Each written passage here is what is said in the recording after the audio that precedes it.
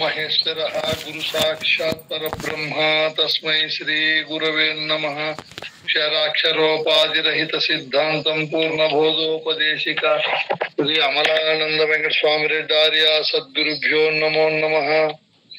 अस्मद्गुरु समारंभं कृष्ण सांदीप मध्यमं ओंकार पीठ पर्यन्तं वंदे गुरु परंपरम्। द्वयात्मरहित सिद्धांतं परम पुरुष प्रबोधक श्री विवेकानंद सुभयार्य सद्गुरुभ्यो नमो नमः। ఈ రోజు మనం పరిపూర్ణ బోధన తెలుసుకొని నిర్మలంగా నిరహంకారంగా నిశ్చలంగా ఉండామంటే మన పెద్దలైన గురువుల యొక్క కృప, అటువంటి మహనీయుల యొక్క దివ్యమూర్తిత్వానికి నమస్కరించుకుంటూ మనము ఈ సృష్టిలో గురుదేవుని యొక్క దివ్య తేజస్సు వల్ల, దివ్య ప్రభావం వల్ల, దివ్యమైన శక్తి వల్ల ఈ సృష్టి అంతా నడుస్తా ఉందని, ఈ విశ్వం ఎంత విశాలంగా ఉందో గురుదేవుని యొక్క శక్తి అంత విశాలమైనదని, అజడమైనటువంటి గురుతత్వము జడమైనటువంటి విశ్వానికి సత్తానిచ్చి శక్తినిచ్చి ప్రకాశింప చేస్తాదని, అటువంటి గురుతత్వమును మనం విశ్వేశ్వరునిగా, సర్వేశ్వరునిగా, దేవదేవునిగా భావించి గురువును నిరంతరము ధ్యానించి, భజించి, స్మరించి, పూజిస్తూ గురువాక్యం ప్రకారము జీవిస్తున్నాము. ఇది మన జీవితానికి ఒక అద్భుతమైనటువంటి, మంచి ఆదర్శమైనటువంటి చక్కటి అవకాశం. ఎందుకంటే సృష్టిలో ఉండే చాలా మంది మానవులకు గురువును చేరి గురువుకు తనుమన ధనములు ధారపోసి భక్తితో గురువుకు స్థానాంగ భావాత్మ సేవలు చేస్తూ జీవిత పర్యంతము సాంప్రదాయ ప్రబోధన తెలుసుకొని తరించే అవకాశం వారికి లేదు. అటువంటి ఉత్తమోత్తమైన అవకాశాన్ని జార నిడుచుకొని కేవలం ధర్మ, అర్థ, కామములనే త్రివర్గాల్లో మునిగి తేలుతూ జనన మరణం అనే ఘోర సంసార బాధలో, భ్రమలో, భ్రాంతిలో, భయాందోళనతో జీవిస్తున్నారు ఆ వారు. మనం అలా కాకుండా ఎంతో ప్రయోజనకరమైన, ఫలప్రదమైన, ఉపయోగకరమైన, ధన్యత గావించే తత్వాన్ని గురువు ద్వారా తెలుసుకొని ఏ భక్తి చేస్తే సంపూర్ణ ప్రయోజనం ఉంటుందో ఆ భక్తి చేస్తూ మనం జీవితాన్ని ఈ విధంగా ముందుకు తీసుకొని పోతున్నాం. ఇది గొప్పదైనటువంటి చక్కటి అవకాశం. గురువును చేరి గురువు గారికి మనము 3 రకాల భక్తి చేయాలని, ఆ భక్తి వల్ల మనం చరితార్థమై గురువులు ఏ భావజాలాన్ని పొంది అంది తరించారో మనం కూడా అదంతా తరించవచ్చునని, దీనికి కఠిన అభ్యాసాలు, కాలయాపన, ఖర్చు, కర్మకాండలు లేకుండా కేవలం గురువును మనము బాహ్య భక్తితో, అనన్య భక్తితో, ఏకాంత భక్తితో సేవిస్తే మనం ఏ కోరికతో అయితే గురువు దగ్గరికి వెళ్ళామో అది సంపూర్ణంగా ఫలిస్తుంది. పెద్దలైనటువంటి ఋషులు, ప్రాచీన తత్వవేత్తలు బాహ్య భక్తి ద్వారా కొంతమంది కడతేరారని, అనన్య భక్తితో కొంతమంది కడతేరినారని, ఏకాంత భక్తితో కొంతమంది కడతేరని కథలన్నీ చెప్తున్నారు. ఎందుకంటే గురువు గారికి మనం బాహ్య భక్తి చేయాలి. అది 9 రకాలుగా ఉంటుంది. శ్రవణము, స్మరణ, పాదసేవ, వందనము, సఖ్యము మరియు దాస్యము, అర్చనము, కీర్తనము, ఆత్మ నివేదన అని ఇవి 9 రకాలుగా బాహ్య భక్తి ఉంటుంది. మంది కడతేరినారని మనకు అనేక రకాల పురాణాలు చెప్తున్నాయి. శ్రవణము చేసి పరీక్షన్ మహారాజు 7 రోజుల్లో ముక్తిని పొందాడని భాగవతం చెప్తారు. ఇది శ్రవణ భక్తి. లౌకిక ప్రాపంచిక, వ్యావహారిక, సంఘపరమైన, వ్యక్తిపరమైన, రాజకీయ మరియు ప్రపంచ సంబంధమైన ఏ కర్మకాండల్లో కూడా మనం ప్రవేశించి ఆ మాటలను శ్రవణము చేయకుండా కేవలము ఆ పరీక్షణ్ మహారాజు ఆ మహనీయుడైనటువంటి సుఖబ్రహ్మ ద్వారా ఈ భాగవతం అంతా విని ధరించాడు ఆ మహనీయుడు. శ్రవణము ఆ 7 రోజులు ప్రపంచ విషయాన్ని శ్రవణము చేయకుండా గురువు ఏది చెప్పాడో ఆయన గురుస్థానంలో భావించుకున్న అతను దాన్నే శ్రవణము చేసి తరించిపోయాడు అని శ్రవణ భక్తి ద్వారా పెద్దలు చెప్పారు. ఇంకా నిరంతరము స్మరణ భక్తి ద్వారా నారదుడు తరించాడని, తుంబురుడు ఇటువంటి మహనీయులు ఎప్పుడు వారు అనునిత్యము మనసులో మన ముందు చెప్పుకున్నట్లు శరీర, ప్రాణ, మనో, కుటుంబ, సంఘపరమైన, ఆర్థిక, రాజకీయ పరమైన విషయాలను స్మరించకుండా ఎన్ని కష్టములు, నష్టములు, మానావమానాలు జరిగినా ఎప్పుడు గురువునే స్మరించడం, ఎప్పుడు గురువునే భక్తి చేయడం. ఆయన ఏ మంత్రాన్ని ఉపాసిస్తాడో దాన్నే స్మరించడం. నారదుడు నిరంతరము నారాయణ అనే చతురాక్షరి, నారాయణాయ అనే చతురాక్షరి మంత్రాన్ని స్మరించి ఆయన విదేహ కైవల్య ముక్తిని పొందాడు. తాను ఉండంగానే ముక్తిని పొందాడు స్మరణ చేత. ఇంకా పాదసేవ చేసి నిరంతరము లక్ష్మీదేవి మరియు రుక్మిణి, సరస్వతి ఇటువంటి మహాతల్లులు పాదసేవ చేసి తరించారు. వాళ్ళు ఎప్పుడు వాళ్ళ పాదాలు ఒత్తుకుంటా వాళ్ళ పాదాలను స్మరిస్తూ. ఇంకా తరువాత వందనం. అక్రూరుడు అనే మహా తపస్విశాలి ఎప్పుడు వందన క్రియలు చేసి ఆ పరంధాముడైనటువంటి విష్ణువును చేరాడు అని వందనము ద్వారా పురాణము చెబుతారు. ఇంకా సఖ్యము అంటే స్నేహితము. ఎప్పుడు ఆయనతోనే పొత్తు పెట్టుకొని నిరంతరము సఖ్యము ద్వారా అర్జునుడు తరించాడు అని వాళ్ళు మహా స్నేహితులు. ఇంకా దాస్యము అంటే సేవ. హనుమంతుడు నిరంతరము భార్య, పిల్లలు, కుటుంబ వ్యవహారము లేకుండా తన జీవితాన్ని త్యాగము చేశాడు గురువుకు. హనుమంతుడు రామునికి తద్వారా రామతత్వములో ఆయన పునీతుడై ఐక్యమయ్యాడు అని పురాణాలు చెప్తున్నాయి.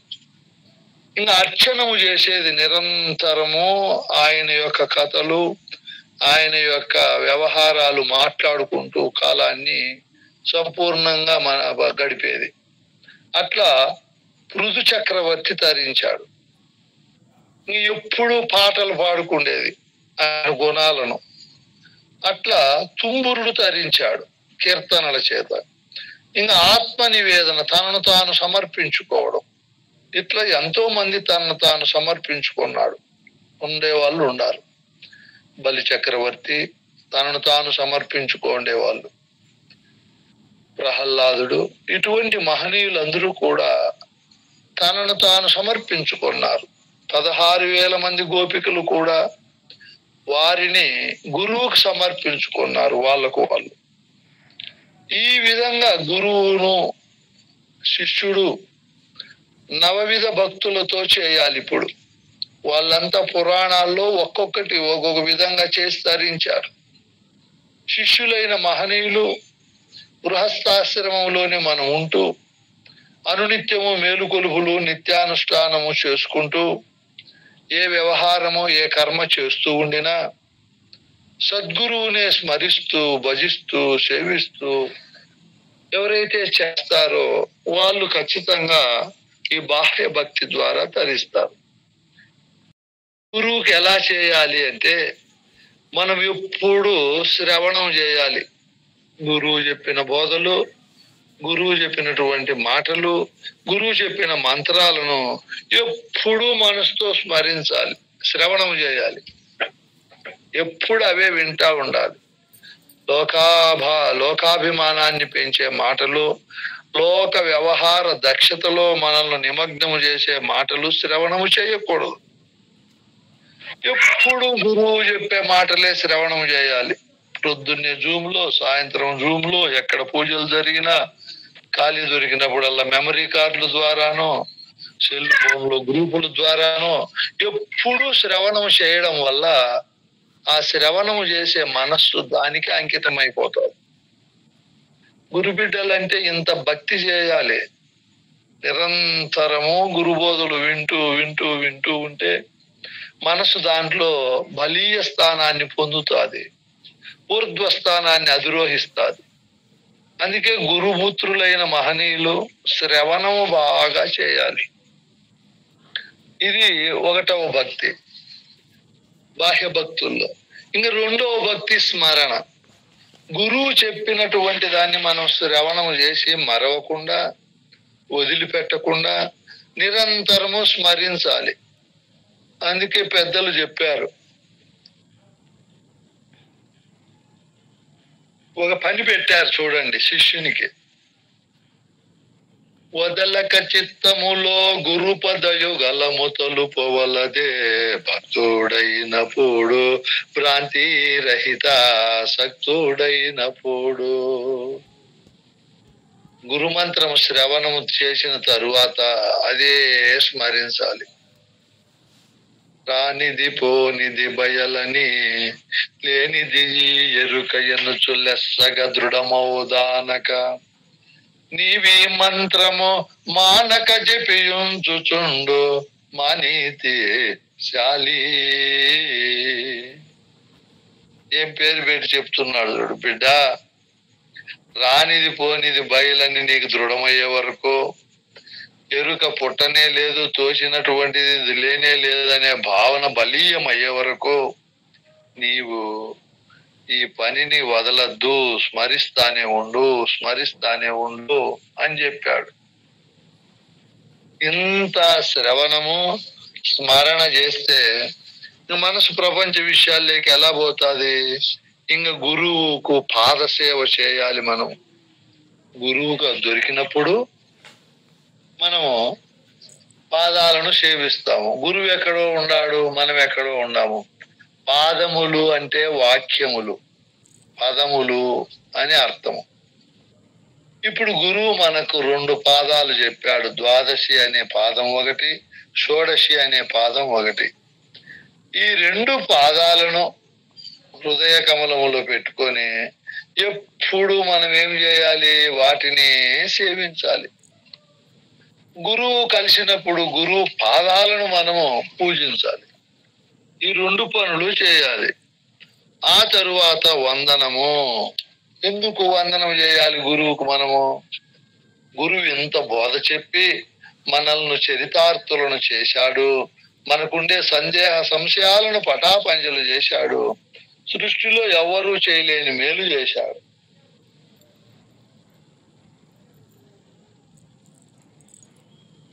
ఇప్పుడు మనము గురువు అంత మేలు చేశాడు కాబట్టి ఎప్పుడు ఆయనకు వందనాది క్రియలు చేయాలి. మనం కనపడితే వందనం చేయాలి. ఎప్పుడు భావము వందన రూపములో ఉండాలి. ఇంత సేవ మనము బాహ్య భక్తిలో. ఇది ఎన్నోదమ్మా? 4వది నాయనా. మొదటిది ఏది? 2 3 పాదసేవ వందనం. 3 వందనము, 4 పాదసేవ. పాదసేవ 4 వందనం. ఈ వందనం అయిన తరువాత గురువుకి ఇప్పుడు సఖ్యము చేయాలి, స్నేహితం. గురువుతో మనము భయపడేటప్పుడు భయపడాలి, గౌరవించేటప్పుడు గౌరవించాలి, పూజించేటప్పుడు పూజించాలి. స్నేహంగా కూడా గురువుతో ఉండాలి. మన వ్యక్తిగత కుటుంబపరమైన సమస్యలు చెప్పి గురువు ద్వారా వాటిని పరిష్కరింపజేసుకొని, ఇంకా గురువే మనకు స్నేహితుడు. గురువు కంటే స్నేహితుడు ఎవరు లేరు. తల్లివి తండ్రివి దాతవు వల్లభుడవు బాంధవుడవు వసుదీసుడవు తెల్లమిగ దేవుడవు అన్నాడు కృష్ణ ప్రభు. ఇంక ఈయన కంటే మనకు స్నేహితుడు ఎవరూ లేరు అని చెప్పి గురువుతోనే మనము ఏ సందేహం, దీన్ని ఏమంటారు? సఖ్యము, స్నేహితంగా ఉండడం. ఇంకా ఆరవది వచ్చి దాస్యము. గురువుకు మనం అనంతమైన భక్తునిగా సేవ చేయాలి. ఆంజనేయ స్వామి రామునికి చేసినట్లు, కృష్ణ ప్రభువులు పరశురామ సీతారామ స్వామికి చేసినట్లు, సిద్ధయ్య బ్రహ్మం గారికి, వివేకానందుడు రామకృష్ణ పరమహంసకు, ఇటువంటి మహనీయులు గురువుకి ఎంత సేవ చేశారో అంత సేవ చేయాలి మనం. దీన్నే ఏమంటారు నాయన? దాస్యము. గురువు కనపడతానే అహంకారము, అభిమానము ఇటువంటివన్నీ వదిలిపెట్టి మనం నమస్కరించి గురువుకు సిగ్గు బిడియము వదిలి గురువు దగ్గర, యజమాని దగ్గర సేవకుడు ఉండినట్లు, రాజు దగ్గర పనివారు ఉండినట్లు మనము గురువు దగ్గర ఇంకా అనంతమైన భక్తి విశ్వాసాలతో సేవ చేయాలి. దాన్నే మనం ఏమంటామమ్మా? తరువాత అర్చనము. ఇంకా గురువును తప్ప ఎవరిని అర్చించకూడదు, గురువుని అర్చించాలి. సందేహాలున్నా, సంశయాలున్నా, తెలియని ఉన్నా, మనకి ఏమైనా మనకి ఇబ్బందులు ఉండినా, ఏది కావాలన్నా గురువునే అర్చించాలి. ఆ అర్చన రూపంలో గురువుకు భక్తి చేయాలి. ఆ తరువాత 8 కీర్తనం, గురు తత్వాలు మనం నేర్చుకోవాలి. పాఠసుమి భక్తులకిది పాఠసుమి బోధ జంద భ్రమరాకుండను కోట సుమి కన్నములను తోట సుమి దీన్ని తొలగ త్రోయ కవినుడి. ఏం మాట చెప్తున్నాడు చూడు.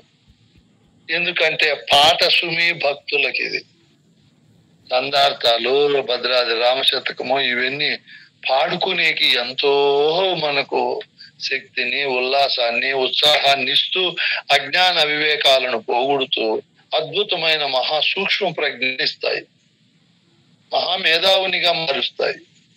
అందుకే ఎప్పుడు మనం ఏం చేయాలి? కీర్తించాలి. కీర్తన కీర్తన కీర్తన చేయాలి. ఆ తరువాత ఆత్మ నివేదన, తన్ను తాను గురువుకు సమర్పించుకోవాలి. ఏం చేయాలి? తన్ను తాను గురువు నీల ముంచిన నీవే, పాల ముంచిన నీవే, నీ పాదదాసుడా నయ్యా నన్ను బ్రోవయ్యా. గురుదేవా, నీవెంత కొట్టి తిట్టిన నే విడిచేవాడను కాదు నీ చరణంబుల్ చావైన పెళ్లి అయినను. ఇంత తనను తానే అర్పించేయాలి గురువుకు.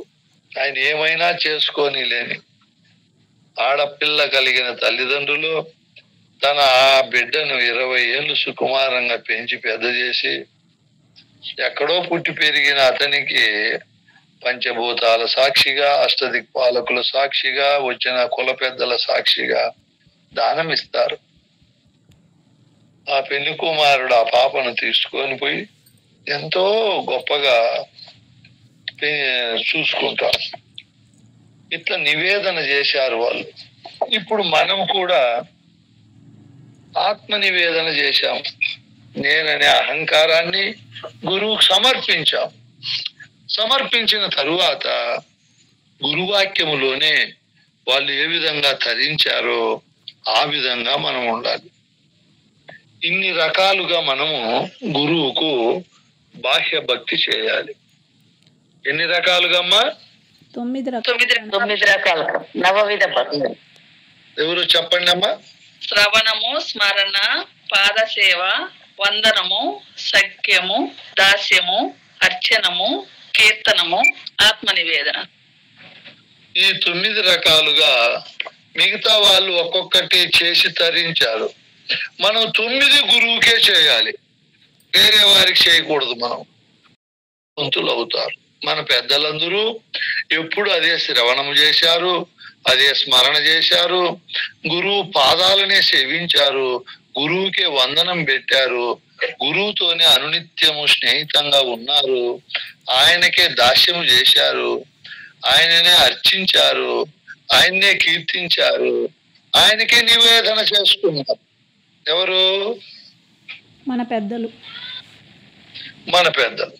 ఇప్పుడు మనమందరము కూడా ఆ పద్ధతిలోనే ఉండాలి.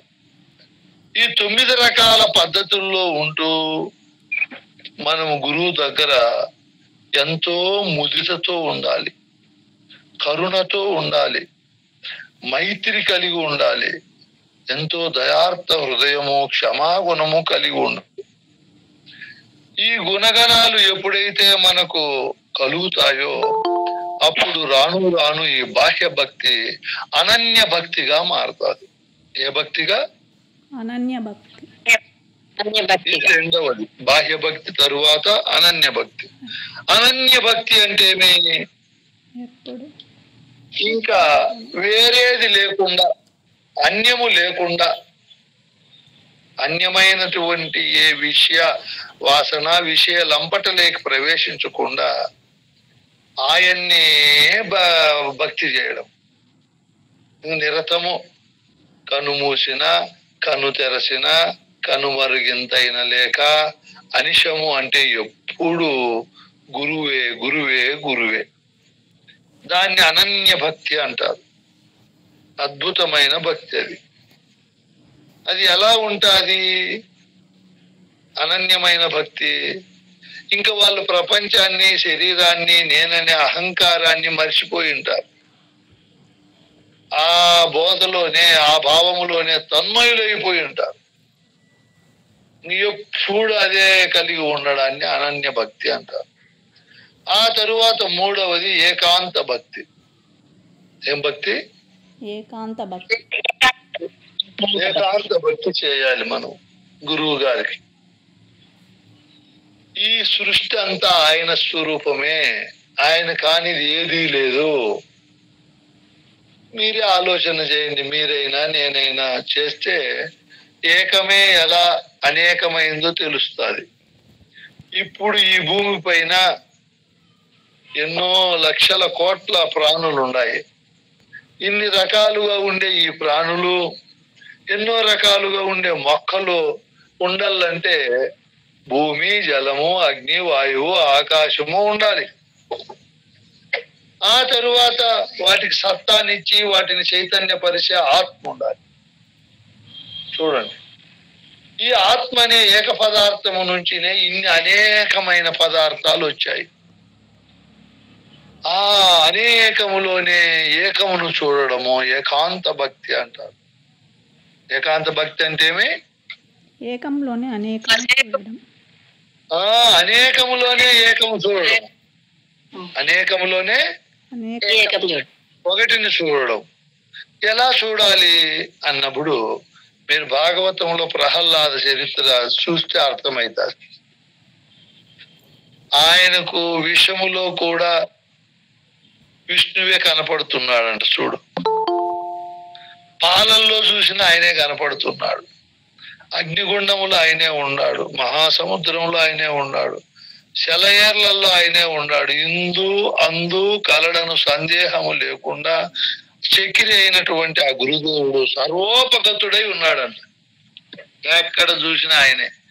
అట్లా అందరిలో గురువునే చూసేదాన్ని ఏమంటారు నాయన? అనన్య భక్తి. అయిపోయమ్మా. ఈ ఏకాంత భక్తి.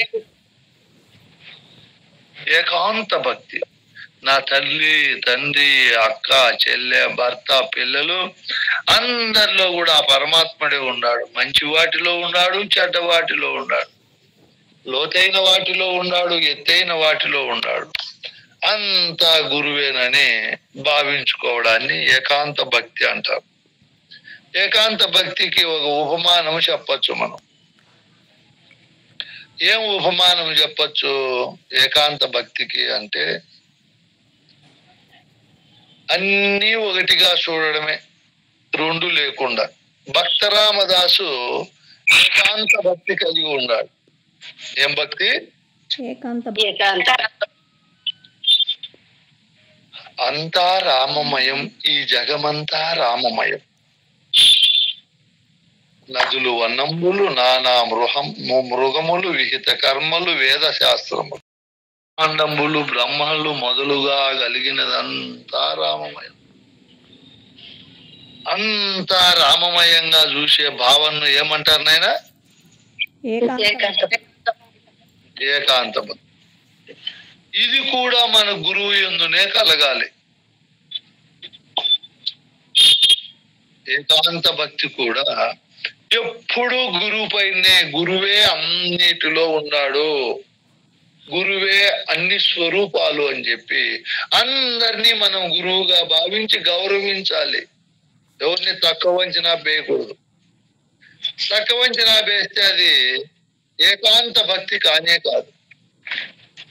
నా గురువు చైతన్యమే అన్ని జీవుల్లో ఉండి నడిపిస్తుంది.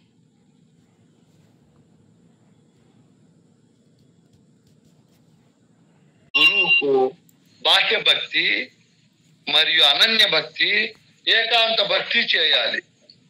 ఎందుకు చేయాలి గురువుకు?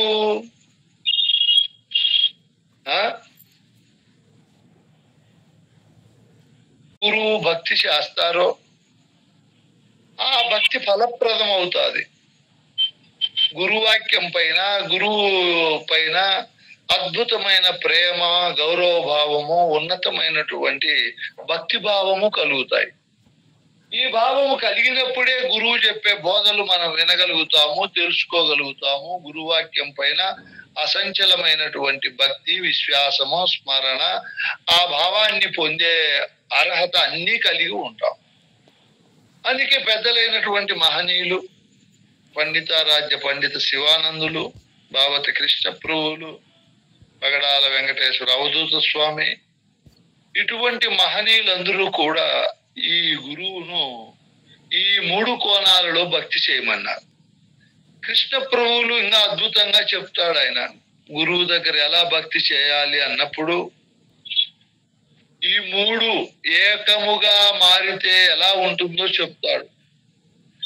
జలము నెడబాయనొల్లని జలచరములటి విభూని శిష్యుడు రుజ్జల జంభను పీఠముపై నిలిపితరము మాని గురువునే కొల్చు సుమ్మి తదోక్తులనే తలచు నమ్మి కలకాల మీరీతి గడుపుచు ఏ ప్రొద్దు తల్లిదండ్రి ద్వారాదాత కులదైవమాప్తులు అనుచు గురువునే కొల్చు సుమ్మి తదోక్తులనే తలచు నమ్మి. ఇది గొప్ప అద్భుతమైన భక్తి భావం. జలము నెడబాయనొల్లని జలచరములటి విభూని, జలములో ఉన్నటువంటి జలచరాలు బయటకు వచ్చేకి ఎట్లా ఇష్టపడవో, ఒకవేళ వచ్చినా మళ్ళీ వాటిలోకి పోయేకి ఎంత తాపత్రయపడతాయో, ఒకవేళ పోకుండా పోతే వాటికి జీవితం ఏ విధంగా ముగిసిపోతాదో, ఆ విధంగానే నీవు గురుభక్తి, నీటిని చేపలు ఎలా వదులుకోవో, గురువును, గురువాక్యాలను, గురు స్మరణ, గురునామ జపము వదులుకోకూడదు. కృష్ణ ప్రభువులు చెప్తున్నాడు. ఒకవేళ మనం వదులుకున్నామనుకో, గురువును స్మరించడము, గురువుతో మాట్లాడకుండా పోవడము, గురువు బోధ వినకుండా పోవడము చేస్తే నీకు ఇక్కడ నీవు జీవన విధానం ముగిసిపోతుంది. ప్రపంచంలో మళ్ళీ ప్రకాశిస్తావు. ప్రపంచంపైకి నీ మనసు విరివిగా ప్రవేశిస్తుంది. అందుకే అలా కాకుండా నీళ్లను వదిలి ఏ విధంగా జలచరాలు పోవో, ఆ విధంగా గురు భక్తిని వదిలిపోకుండా పోవడమే ఈ 3 ముఖ్యమైన అర్థం. బాహ్య భక్తి, అనన్య భక్తి, ఏకాంత భక్తి. ఈ 3 పద్ధతుల్లో చేసే ఫలితము ఈ పద్ధతి ద్వారా వస్తుంది.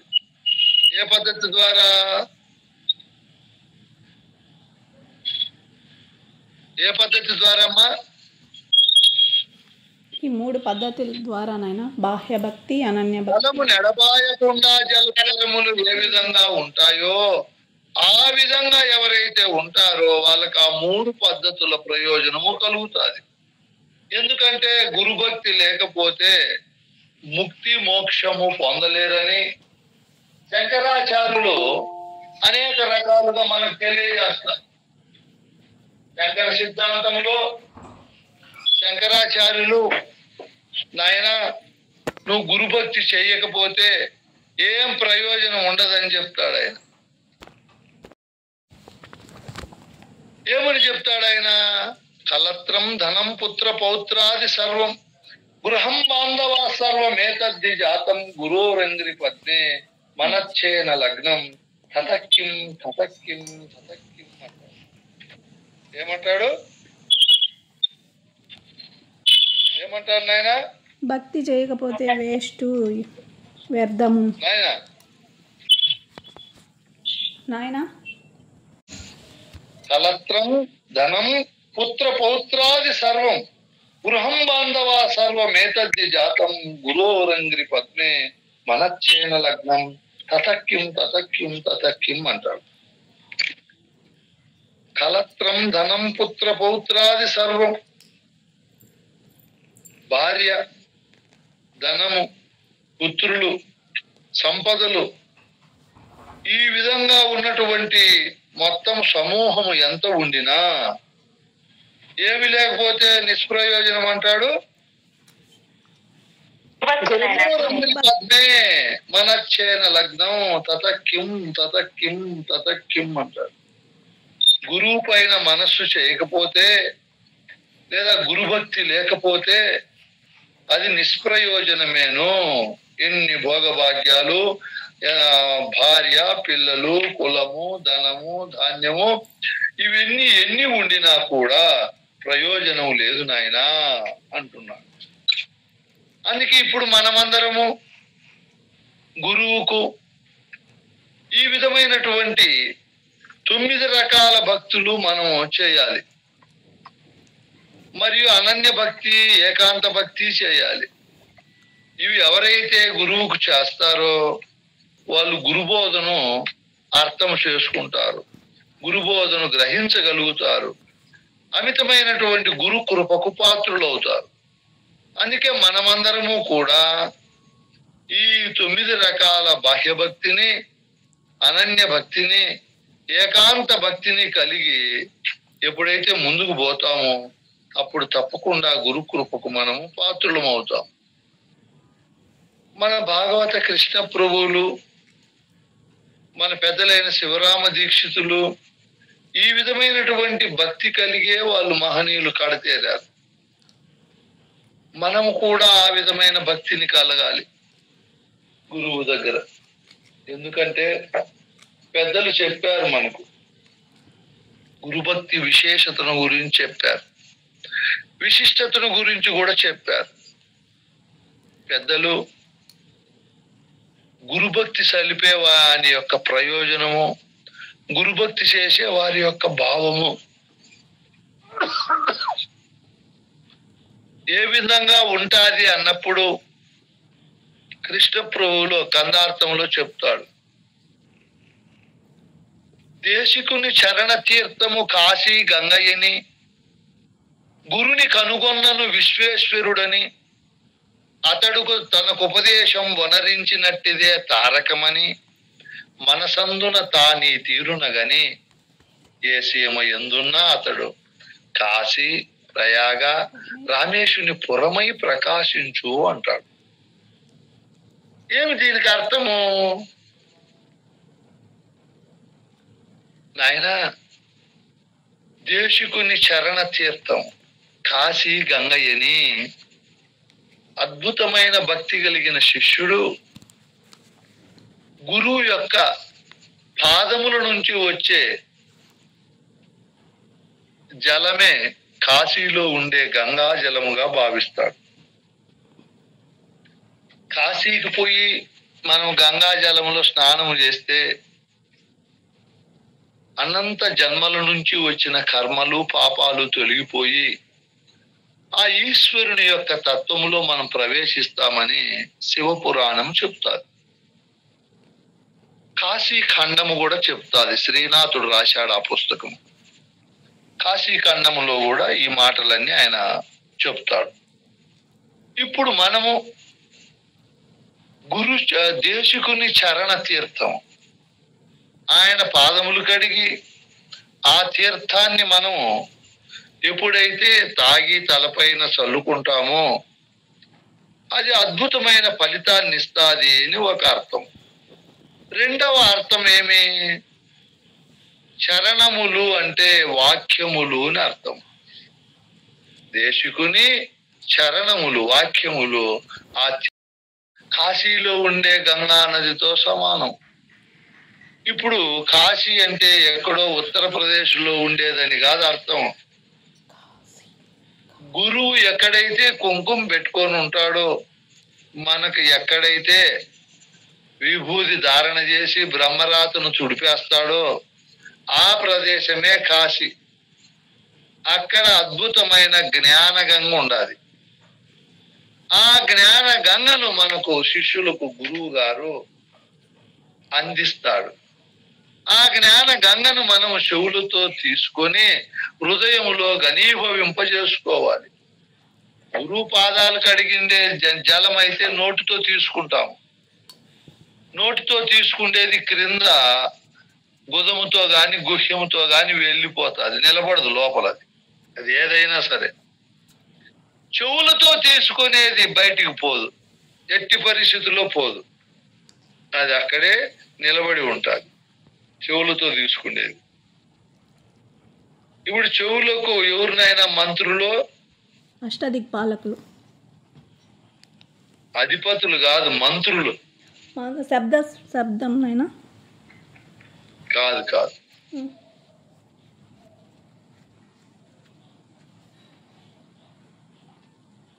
చెవికి మంత్రి ఉన్నాడు, చర్మానికి మంత్రి ఉన్నాడు, కన్నులకు మంత్రి ఉన్నాడు, నాలుకకు మంత్రి ఉన్నాడు, ముక్కుకు మంత్రి ఉన్నాడు.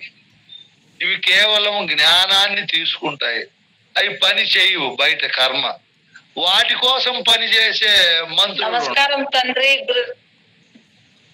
గురుదేవ, చెవులకు మంత్రి, నోరు సమే. నోరు మంత్రి. బాగుండావా అమ్మ అంటే బాగుండా స్వామి అంటారు. ఎప్పుడొచ్చావు అంటే నిన్నొచ్చా స్వామి అంటారు. చెవికి మంత్రి నోరు, చర్మానికి మంత్రి చేతులు. చేతులు. స్నానం చేయాలన్నా, బట్టలు వేసుకోవాలన్నా అవి మంత్రి పదవులు చేస్తాయి. కన్నులకు మంత్రులు కాళ్ళు. కళ్ళు మూసుకుంటే కాళ్ళు ఎక్కడ పోలేవు, కళ్ళు తెరిస్తే ఎక్కడైనా పోతాయి. మంత్రులు అవి. కన్నులు అక్కడ బలి బాగా గలాడ జరుగుతూ ఉంది, పోండి అంటే కాళ్ళు వెంటనే పోతాయి. గురు పూజలు జరుగుతాయి, పోండి అన్నాయి అనుకో కన్నులు పోతాయి, అవి చెప్పినట్లు వింటాయి. ఈ విధంగా జ్ఞానేంద్రియాలకు కర్మేంద్రియాలు ఉన్నాయి. ఇప్పుడు మనకు జ్ఞానేంద్రియము చెవి, కర్మేంద్రియము నోరు. గురువు కర్మేంద్రియము ద్వారా మనకు అద్భుతమైనటువంటి వేదాంతాన్ని అందిస్తాడు. మనం శ్రవణేంద్రియమైనటువంటి చెవుల ద్వారా ఆ గురువు వాక్కులను విని వాటితో మనం రచించి జ్ఞానపుత్రుని ప్రసవింపజేసుకోవాలి. ఏ పుత్రుని? జ్ఞానపుత్రుణ్ణి. ఈ జ్ఞానపుత్రుడు మనకు కలిగినాడు అనుకో, మళ్ళా వాడు పోనే పోడు. ఒక్కసారి జ్ఞానం వస్తే ఎప్పటికీ పోడు. అందుకే గురువు శివును ఇల్లు కట్టుకొని బోధిస్తాడు తన నోటితో. శిష్యుడు అక్కడే సంసారం ఉండాలి, ఇంట్లోనే కాపురం ఉండాలి, బయటికి పోకూడదు. గురువు ఏమి చెప్తాడో దాన్ని బాగా శ్రవణం చేయాలి. ఎంత శిష్యుడు శ్రవణము చేస్తే గురువు యొక్క కాశీ ప్రదేశము నుంచి గంగ జాలువారుతాది. గురువు కుంకుమ పెట్టుకునే చోటు, మనం కుంకుమ పెట్టుకునే చోటే కాశీ ప్రదేశం. అదే నిజమైన కాశీ. అక్కడ నుంచి వచ్చే గంగలో ఎవరైతే జ్ఞాన గంగలో స్నానం చేసి తమ మాలిన్యం పోగొట్టుకుంటారో వారు శివైక్యం పొందుతారు, శివలోకానికి పోతారు. ఎంతో లోతైన అర్థాలు చెప్తాడు కృష్ణ ప్రభువులు. చూడు ఎంత లోతైన మాటలో ఇవి. ఆ కాశీలోకి పోయి ఉత్తరప్రదేశ్ లో ఎన్నేళ్ళు ఆ గంగలో మునిగితే నీకు ఇంకా చర్మ రోగాలు అవి వస్తాయిరా, నీరంతా కల్మషం అయిపోయింది, శవాలు ముంచి తేలుతూ ఉంటాయి దాంట్లో మునిగితే ఇప్పుడు పాపం పోతుంది పోదు. గురు బోధతో మనం స్నానం చేయాలి. గురు బోధను చెవుల ద్వారా తీసుకొని హృదయంలో ఘనీభవింపజేసుకోవాలి.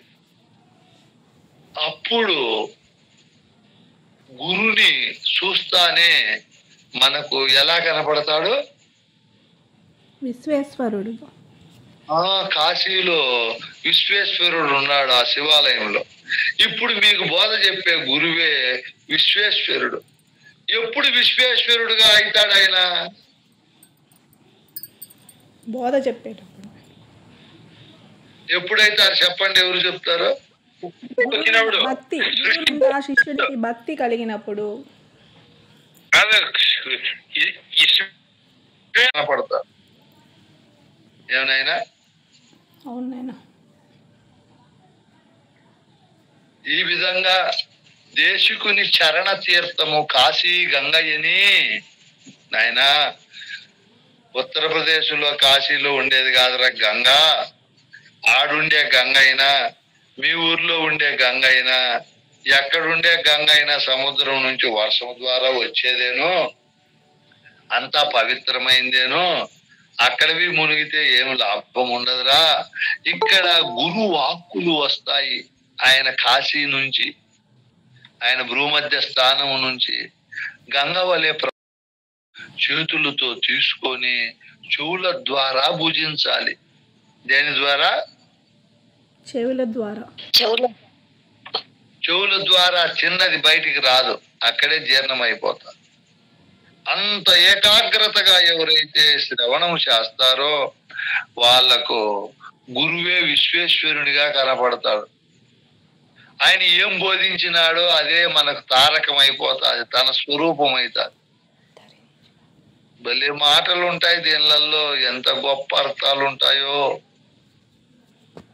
చూడండి. ఎంత కూర్పు చేసి రాశాడు మహనీయుడు. దేశికుని చరణ తీర్థము కాశీ గంగయ్యని. ఎప్పుడు గురువు కాశీ నుంచి వచ్చే జ్ఞాన గంగను మనము తీసుకోవాలి, స్నానం చేయాలి, దాంతో దప్పిక తీర్చుకోవాలి, అన్ని రకాలుగా వాడుకోవాలి. భౌతికమైన గంగను ఎన్ని రకాలుగా వాడుకుంటామో గురువు చెప్పే జ్ఞాన గంగను చెవుల ద్వారా తీసుకొని అన్ని కోణాల్లో వాడుకోవాలి. ఆయన్ను విశ్వేశ్వరునిగా భావించాలి. ఆయన తనకేం బోధించినాడో అదే తారకం, తన నిజ స్వరూపం గురించి చెప్పేది. ఇటువంటి ఆయన ఎక్కడుంటాడో అదే కాశీ అవుతుంది. కాశీలో ఉండే విశ్వేశ్వరుడు గురువు శిష్యుడే, భద్రాచలంలో ఉండే రాముడు గురువు శిష్యుడే, మధురలో ఉండే కృష్ణుడు గురువు శిష్యుడే. వీళ్ళంతా దేశికుని చరణ తీర్థాలు తీసుకున్నారు కాబట్టి పరమ పుణ్య పురుషులయ్యారు. మనం కూడా ఆ విధంగా గురువు చెప్పే మాటలను, గురువు వాక్కులను దేనితో మనం శ్రవణం చేయాలనైనా? చెవితో. మళ్ళా ఏమిటితో వదిలిపెట్టాలి? వదిలిపెట్టకూడదు. గురువు చెప్పిన వాక్యంతో. ఏమిటితోనూ వదిలిపెట్టకూడదు. వదిలిపెట్టే అవకాశమే లేదు. కాబట్టి గురు భక్తి ఈ విధంగా చేయాలి. ఎవరు ఈ విధంగా గురు భక్తి చేస్తారో వారికి అనంతమైన గురుబోధ ఫలిస్తారు. మనమందరము గురువుకు బాహ్య భక్తి, ఏకాంత భక్తి, అనన్య భక్తి ఈ పద్ధతుల్లోనే చేయాలి. గురువు మాటలే వినాలి, గురువు మాటలే స్మరించాలి, గురువు మాటలనే అర్చించాలి, భజించాలి, వందనాది క్రియలు చేయాలి. గురువుతోనే సఖ్యంగా ఉండాలి, దాస్యంగా ఉండాలి, పాదసేవ చేయాలి. మరియు ఏం చేయాలి? ఆత్మ నివేదన. నేననే ఆత్మను గురువుకే నివేదించాలి. చూడు ఇది అంత గొప్ప మాటలో. ఈ విధంగా ఎవరైతే చేస్తారో వాళ్ళు ముక్తి సామ్రాజ్యాన్ని పొందుతారు. గురువు యొక్క బోధ ఫలితాలను అనుభవిస్తారు. ఆ విధంగా మనమందరం గురువుకు బాహ్య అనన్య ఏకాంత భక్తులు ఏకకాలంలోనే చేస్తూ ఏం ప్రయోజనము ఎలా పొందాలో రేపు చెప్పుకుందాం నాయన.